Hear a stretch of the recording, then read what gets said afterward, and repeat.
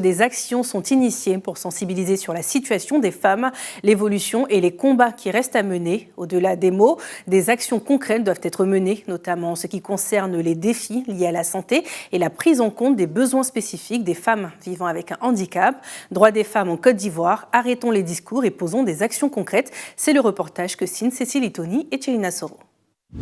L'on peut dire, sans risque de se tromper, que les menstrues coûtent cher. C'est une période de détresse pour certaines jeunes filles.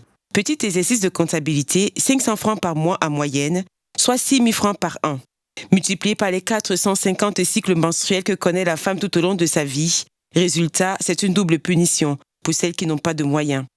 Déjà, elle n'est pas ici, elle habite à Mont, mais comme c'est l'école qui l'a envoyée à Sainte-Marie, comme elle est intelligente et tout. Donc, elle est dans un orphelinat. Comme on connaît sa situation et on sait qu'elle est une jeune fille comme nous, on lui apporte des serviettes hygiéniques des fois. Il y a une de mes amies qui, quand elle a ses règles, elle se sent vraiment très mal. Du coup, elle ne peut pas suivre les cours. Donc, elle reste à la maison et parfois, elle rate des leçons, elle rate des interrogations et tout ça. L'absence de protection hygiénique atteint l'intégrité des femmes et les met dans une position de précarité menstruelle. C'est une forme de violence à la fois physique et psychologique. La précarité menstruelle est une réalité en Côte d'Ivoire et touche une fille sur 10, soit 20% du temps scolaire perdu sur une année.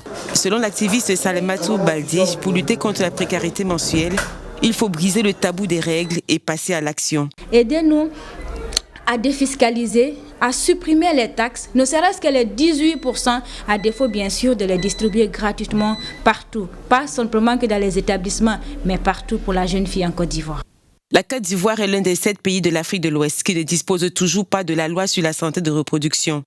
La prévention et la prise en charge des violences basées sur le genre, la prise en compte des besoins spécifiques des femmes vivant avec le handicap, la gestion de l'hygiène menstruelle sont autant de défis à relever. Mais petit à petit, les choses sont en train de changer, avec notamment le plaidoyer de certains activistes dans les communautés et sur les réseaux sociaux. Donc nous pensons qu'il faut faire plus et qu'il faut aller désormais au-delà des discours, au-delà des panels, au-delà des conférences pour vraiment répondre aux besoins de ces femmes-là qui sont dans des contrées reculées. Mais il convient de noter que la situation de la femme en Côte d'Ivoire a connu des avancées notables.